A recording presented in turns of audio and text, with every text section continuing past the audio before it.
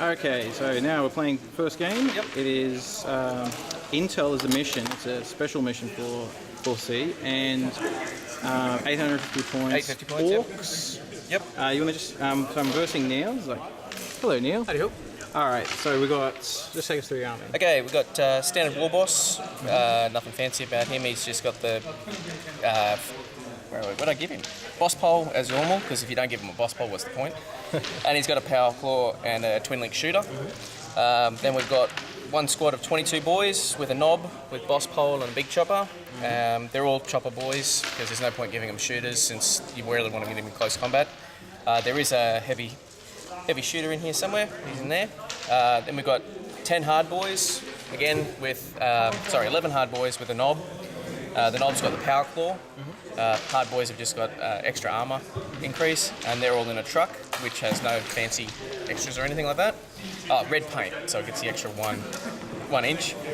Then another identical squad of boys again, all with a heavy shooter, choppers, nothing fancy, and a boss pole. 2 war tracks, just with twin linked shooters, and then we've got 3 death copters with twin linked rocket launchers. So Excellent. And so he's versing my Nids, so this will be the first time you get to see my Nids.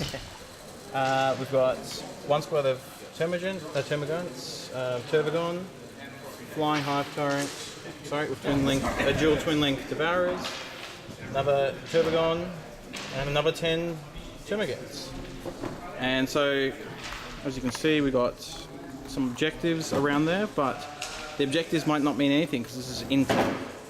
So, I'm going to start the time-lapse recording, and we'll see you at the end of the game. Alright, so, tell me, what was your plan?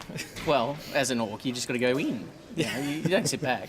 Well, my aim was to try and take out the Turbogons, but with the amount of gaunts you kept spawning, that was going to be downright difficult. Yeah, so just at the top of the screen is where your war boss, I think he's just there. It just cut off a little bit, but...